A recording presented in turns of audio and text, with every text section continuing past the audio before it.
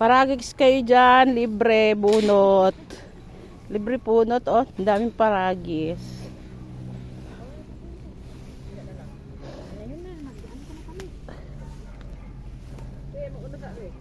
Sige. Ay. Ano pa? Ay, pipino na pala. Oo, pipino na. Dito na sa kwan. O di mo magbibog. Hindi mo magbibog kadabla. Unya, Itapok lang sa kwan kay amo lang puton. daghanon ba? Dagko. Tagon ana. Ada ira ka sa. Oh. Yung ibaligya. Basta Wa may pang-harvest. ano mo ba? Pupuon naman gud ni ba? Unsa man? Example sa pupo. Ano naman gud? Ay, madali lang palang Oh, ganyan. madali lang. Ang ganda. Mag-harvest kami ng pipino. Ay. Tapok lang sa daplinti ay lang ibulat. Oo. Kani may ani mo galanganin man eh. Oo. Sige. Harvest, ilagay lang namin sa bahay.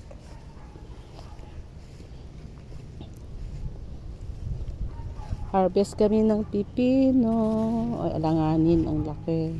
So, ito, hindi na alanganin. Uy, ang galing. Sarap mga mitas, oh. Sarap mga mitas. Ayan. Geng, paano kung hindi mahaba, geng?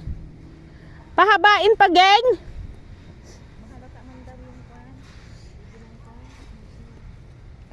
Ah, di ara.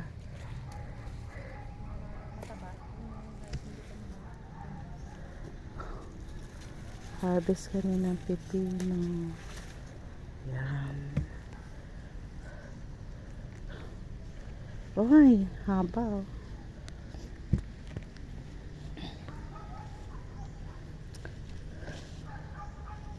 Binigyan kami ng autoridad na mang-harvest. Mag-harvest ng pipino. Ay, grabe, daming pipino. Bisbuak sa kanya. Oh, mas bukan natin.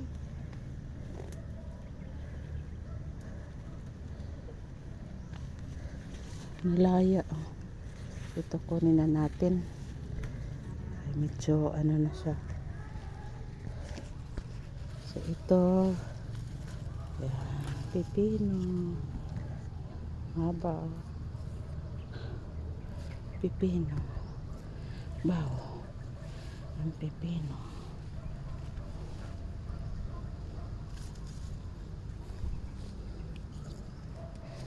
Ang pinapakuha lang sa atin ay yung malalaki.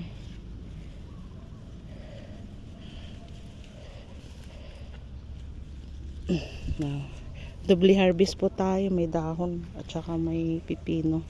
Dahon ng ampalaya. Tapos na tayo sa isang block. Punta na naman tayo sa kabila. Ayan. Ikaw dito, Antina. Dito naman ako. Sa kabila.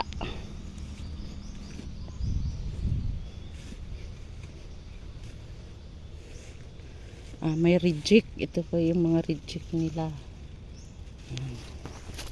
Ito, reject yan.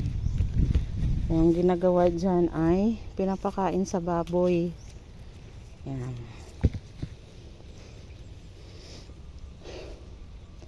Grabe, no? Pinapakain lang sa baboy yung mga reject.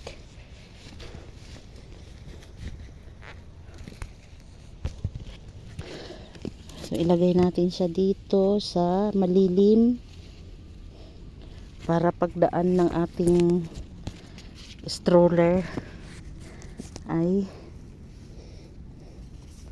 makikita nila. Yan. So yan muna yung ating nakuha. Punta tayo dito. Ito siguro kunin na kasi reject na, oh.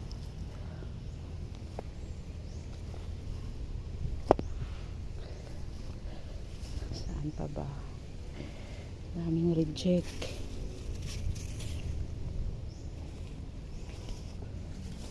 Alanganin daw yan. Alanganin daw yung laki na yan. Dito sa kabila. Kabila tayo. Meron. Ay, alanganin din. Alanganin din siya. Ay, pero pwede to. Ano siya eh.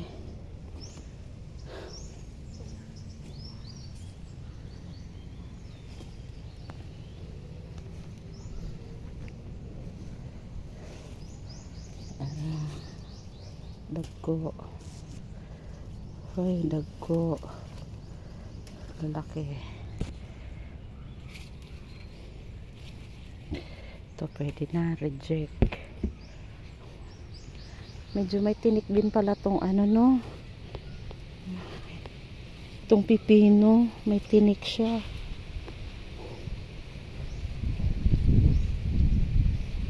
So ito pala ay farm ng aking kapatid. Silang mag-asawa ang nag-aano dito, ni-maintain. Ayan guys, so yung ano, para hindi sirahin ng mga hayop, nilalagyan nila ng ano to, oh, parang honey. So nandoon lahat yung ano, tapos parang may rugby sa loob. Ayan oh, para hindi siya anuhin yung mga tanim, hindi nila tutusukin. Honey ba yan? Langaw, parang langaw. Oo, langaw nga, hindi siya bee, langaw siya sa bukid. So nakakasira siya ng tanim, kaya naglalagay sila ng ganito para lahat ng mga langaw pupunta dyan. Siguro mabaho yan, kaya nilalangaw doon siya pupunta, papasok. Galing no. So ito naman yung